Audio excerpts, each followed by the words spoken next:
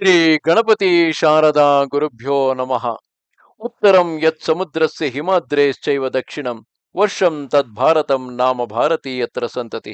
ಶ್ರೋತೃಗಳಿಗೆ ಶ್ರೀ ಸ್ಕಾಂದ ಮಹಾಪುರಾಣದ ಎರಡನೆಯ ವೈಷ್ಣವ ಖಂಡದ ಶ್ರೀ ವೆಂಕಟಾಚಲ ಮಹಾತ್ಮೆಯ ಧರಣಿ ವರಾಹ ಸಂವಾದದಲ್ಲಿ ಅಂಜನಾದೇವಿಯ ತಪೋವರ್ಣನವೆಂಬ 39ನೆಯ ಅಧ್ಯಾಯಕ್ಕೆ ಸ್ವಾಗತ.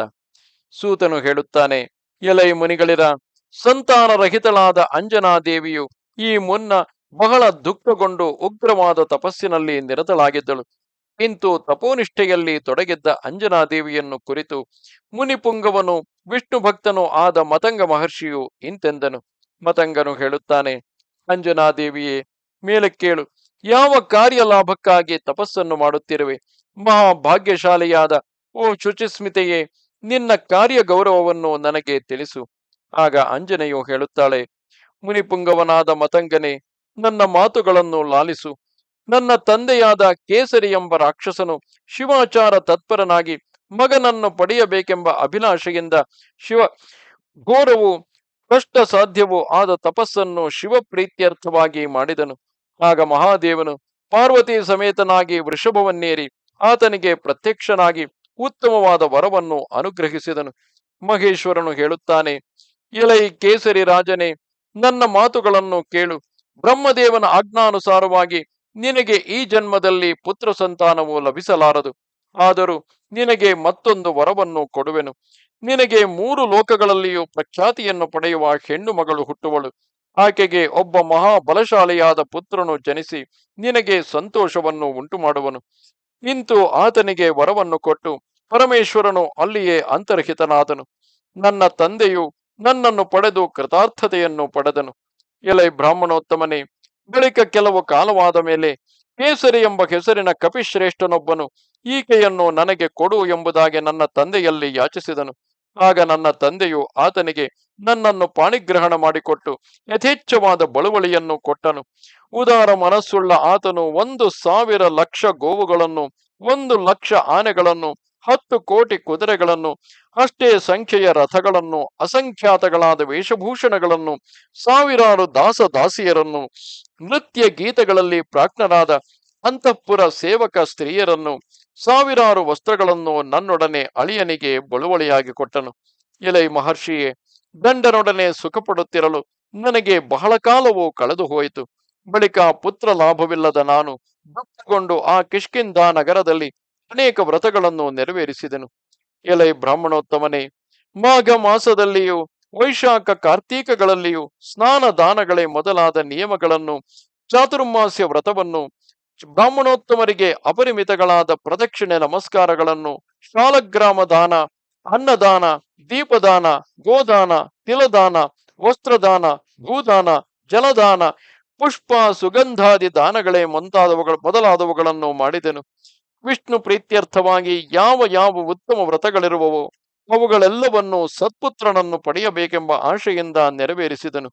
ವಿಪ್ರೋತ್ತಮ, ಮಹಾತ್ಮರಾದ ಬ್ರಾಹ್ಮಣರಿಂದ ಶ್ರವಣ ನಕ್ಷತ್ರಾದಿಗಳಲ್ಲಿ ನಡೆಸಬೇಕಾದ ಯಾವ ಯಾವ ಕಾರ್ಯಗಳಿರುವವೋ ಅವುಗಳೆಲ್ಲವನ್ನು ಶ್ರೀಹರಿಯ ಪ್ರೀತ್ಯರ್ಥವಾಗಿ ನಾನು ಸಮಗ್ರವಾಗಿ ನೆರವೇರಿಸಿದೆನು. ಲೋಕದಲ್ಲಿ ಮುಖ್ಯಗಳಾದ ಯಾವ ಯಾವ ವಿಧಗಳಾದ ಫಲಗಳಿರುವವೋ ಅವುಗಳನ್ನೆಲ್ಲ ಸತ್ಪುತ್ರನೆಂಬ ಫಲವನ್ನು ಪಡೆಯಲು ದಾನ ಮಾಡಿರುವೆನು. ಅನೇಕ ವಿಧಗಳಾದ ವ್ರತಗಳು ಲೆಕ್ಕವಿಲ್ಲದಷ್ಟು ನನ್ನಿಂದ ಮಾಡಲ್ಪಟ್ಟವು. ಆದರೂ ಸತ್ಪುತ್ರನನ್ನು ಪಡೆಯದೆ ದುಃಖಗೊಂಡು ಈಗ ತಪಸ್ಸಿನಲ್ಲಿ ನಿರತಳಾಗಿರುವೆನು.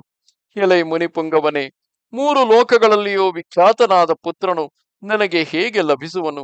ನಿನ್ನ ಎದುರಿನಲ್ಲಿ ನಿಂತು ನಮಸ್ಕರಿಸಿ ಪುತ್ರ ಲಾಭಕ್ಕಾಗಿ ಯಾಚಿಸುತ್ತಿರುವೆನು.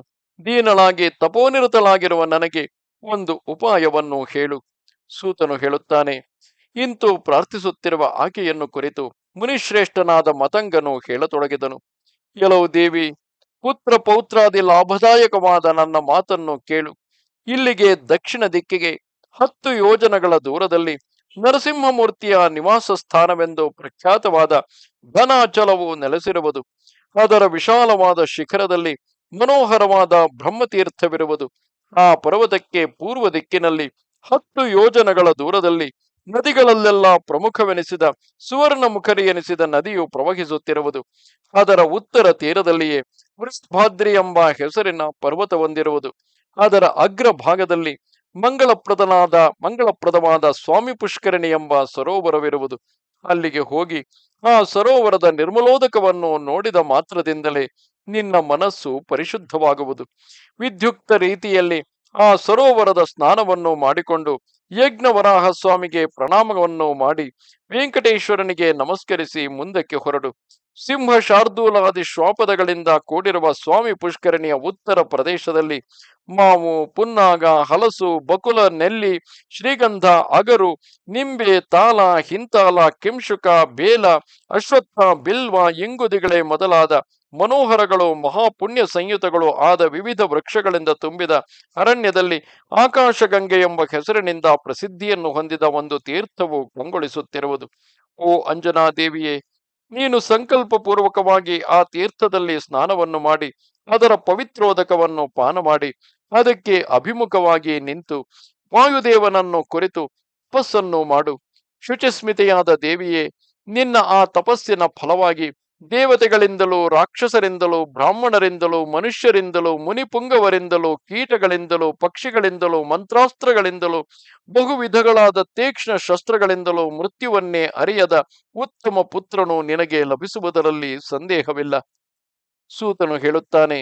ಇಂತು ಹೇಳಲ್ಪಟ್ಟ ಅಂಜನಾದೇವಿಯು ಮತಂಗ ಮಹಾಮುನಿಗೆ ಮತ್ತೆ ಮತ್ತೆ ನಮಸ್ಕರಿಸಿ ತನ್ನ ಪತಿಯೊಡನೆ ವೆಂಕಟಾಚಲವನ್ನು ಕುರಿತು ಹೊರಟಳು. ಆಕೆಯು ಕಪಿಲ ತೀರ್ಥವನ್ನು ಸೇರಿ ಸ್ನಾನ ಮಾಡಿ ಶುದ್ಧ ಮನಸ್ಸುಳ್ಳವಳಾಗಿ ವೆಂಕಟಾಚಲವನ್ನೇರಿ ಸ್ವಾಮಿ ಪುಷ್ಕರಣಿಯ ತೀರಕ್ಕೆ ಬಂದಳು. ಅದರಲ್ಲಿ ಮಿಂದು ವರಾಹಸ್ವಾಮಿಗೆ ನಮಸ್ಕರಿಸಿ ವೆಂಕಟೇಶ್ವರನಿಗೆ ಮಣಿದು ಮತಂಗ ಮಹರ್ಷಿಯ ವಾಕ್ಯಗಳನ್ನು ಅಡಿಗಡಿಗೂ ಜ್ಞಾಪಿಸಿಕೊಳ್ಳುತ್ತಾ ಮೃದು ಭಾಷಿಣಿಯಾದ ಆ ಅಂಜನಾ ದೇವಿಯು ಆಕಾಶಗಂಗೆಯನ್ನು ಸಮೀಪಿಸಿದಳು. ಅಲ್ಲಿ ಸ್ನಾನವನ್ನಾಚರಿಸಿ ಅದರ ಪವಿತ್ರೋದಕವನ್ನು ಸೇವಿಸಿ ತೀರದಲ್ಲಿ ಅದಕ್ಕೆ ಅಭಿಮುಖಳಾಗಿ ನಿಂತುಕೊಂಡು ಜಗತ್ಪ್ರಾಣನಾದ ವಾಯುದೇವನನ್ನು ಕುರಿತು ಸ್ವೀಕರಿಸಿ ತಪಸ್ಸನ್ನು ಮಾಡಲು ಉಪಕ್ರಮಿಸಿದಳು. ಕೆಲವು ಕಾಲ ಫಲಾಹಾರದಿಂದಲೂ ಬಳಿಕ ಜಲಸೇವನೆಗಿಂದಲೂ ಆಮೇಲೆ ನಿರಶನ ವ್ರತದಿಂದಲೂ ತಪಸ್ಸನ್ನು ವೃದ್ಧಿಗೊಳಿಸಿದಳು. ಇಂತು 1,000 ವರ್ಷಗಳವರೆಗೂ ಮೂಗಿನ ತುದಿಯಲ್ಲಿಯೇ ನೆಟ್ಟ ದೃಷ್ಟಿಯುಳ್ಳವಳಾಗಿ ತಪಸ್ಸನ್ನು ಮಾಡಿದಳು. ಆ ಸಮಯದಲ್ಲಿ ಆಕೆಯ ಸಖಿಯಾದ ವಿಪುಲ ಎಂಬ ಮಂಗಳಾಂಗಿಯೋರ್ವಳು ಆಕೆಯ ಶುಶ್ರೂಷೆಯನ್ನು ಮಾಡುತ್ತಿದ್ದಳು. ಹೀಗೆ 1,000 ವರ್ಷಗಳು ಕಳೆಯಲು ಮಹಾಪ್ರಾಜ್ಞನಾದ ವಾಯುದೇವನು ಪ್ರತ್ಯಕ್ಷನಾಗಿ ಆಕೆಯನ್ನು ಮಾತನಾಡಿಸಿದನು. ಶೌನಕಾದಿ ಮುನಿವರಿಯರಿರ, ಸೂರ್ಯನು ಮೇಷರಾಶಿಸ್ಥನಾಗಿರಲು ಚಿತ್ತಾ ನಕ್ಷತ್ರದಿಂದೊಡಗೂಡಿದ ಪೌರ್ಣಮಿಯ ತಿಥಿಯಲ್ಲಿ ವಾಯುದೇವನು ಆಕೆಗೆ ಪ್ರಸನ್ನನಾದನು. ಎಲ್ಲವೂ ವ್ರತಪರಾಯಣೆಯೇ, ನಿನ್ನ ಅಭೀಪ್ಸಿತವನ್ನು ಕೊಡುವೆನು, ವರವನ್ನು ಕೇಳು ಎಂದ ವಾಯುದೇವನ ಮಾತುಗಳನ್ನು ಕೇಳಿ ಅಂಜನಾದೇವಿಯು ಎಂತೆಂದಳು. ಮಹಾಶಯನು ಮಹಾಮತಿಯೂ ಆದ ವಾಯುದೇವನೇ, ನನಗೆ ಪುತ್ರನೊಬ್ಬನನ್ನು ದಯಪಾಲಿಸು. ಆಕೆಯ ಪ್ರಾರ್ಥನೆಯನ್ನು ಕೇಳಿ ವಾಯುವು ಹೇಳತೊಡಗಿದನು. ಮಂಗಳಾಂಗಿಯೇ, ನಾನೇ ನಿನಗೆ ಪುತ್ರನಾಗಿ ಜನಿಸಿ ನಿನಗೆ ಪ್ರಖ್ಯಾತಿಯನ್ನು ಸಂಪಾದಿಸಿಕೊಡುವೆನು ಇಂತೆಂದು ಮಹಾಪರಾಕ್ರಮಿಯಾದ ವಾಯುವು ಆಕೆಗೆ ವರವನ್ನಿತ್ತು ಅಲ್ಲಿಯೇ ನಿಂತನು. ಆಗ ಬ್ರಹ್ಮನೇ ಮೊದಲಾದ ದೇವತೆಗಳು, ಮಹೇಂದ್ರನೇ ಮೊದಲಾದ ಅಷ್ಟ ದಿಕ್ಪಾಲಕರು, ವಸಿಷ್ಠಾದಿ ಮಹರ್ಷಿಗಳು, ಸನಕಾದಿ ಯೋಗಿಗಳು, ವ್ಯಾಸನೇ ಮುಂತಾದ ಬ್ರಾಹ್ಮಣೋತ್ತಮರು, ಲಕ್ಷ್ಮೀ ದೇವಿಯೊಡನೆ ಶ್ರೀ ಮಹಾವಿಷ್ಣುವು, ಮುನಿಪತ್ನಿಯರು, ದೇವಪತ್ನಿಯರು, ಋಷಿ ಸ್ತ್ರೀಯರು, ಪುತ್ರ ಭೃತ್ಯ ಕಳತ್ರರೊಡನೆ ತಮ್ಮ ತಮ್ಮ ವಾಹನಗಳನ್ನೇರಿ ತಪೋನಿರತಳಾಗಿ ನಿಂತಿರುವ ಅಂಜನಾದೇವಿಯನ್ನು ನೋಡಲು ಅಲ್ಲಿಗೆ ಆಗಮಿಸಿದರು. ಬ್ರಹ್ಮನೇ ಮೊದಲಾದ ಸಕಲ ದೇವ ಸಮೂಹಗಳು ಆಕಾಶದಲ್ಲಿ ನಿಂತು ದೂರದಿಂದಲೇ ಎಲ್ಲವನ್ನೂ ನೋಡುತ್ತಾ ಇದು ಅತ್ಯಾಶ್ಚರ್ಯಕರವಾದ ವ್ಯಾಪಾರವೆಂದು ತಮ್ಮಲ್ಲಿಯೇ ಹೇಳಿಕೊಳ್ಳುತ್ತಲಿದ್ದರು. ಇಲ್ಲಿಗೆ ಶ್ರೀ ಸ್ಕಾಂದ ಮಹಾಪುರಾಣದ 2ನೆಯ ವೈಷ್ಣವ ಖಂಡದ ಶ್ರೀ ವೆಂಕಟಾಚಲ ಮಹಾತ್ಮೆಯ ಧರಣಿ ವರಾಹ ಸಂವಾದದಲ್ಲಿ ಅಂಜನಾದೇವಿಯ ತಪೋವರ್ಣನವೆಂಬ 39ನೆಯ ಅಧ್ಯಾಯವು ಮುಗಿದುದು.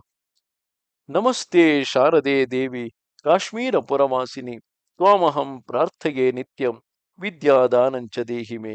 ನಮಸ್ಕಾರ.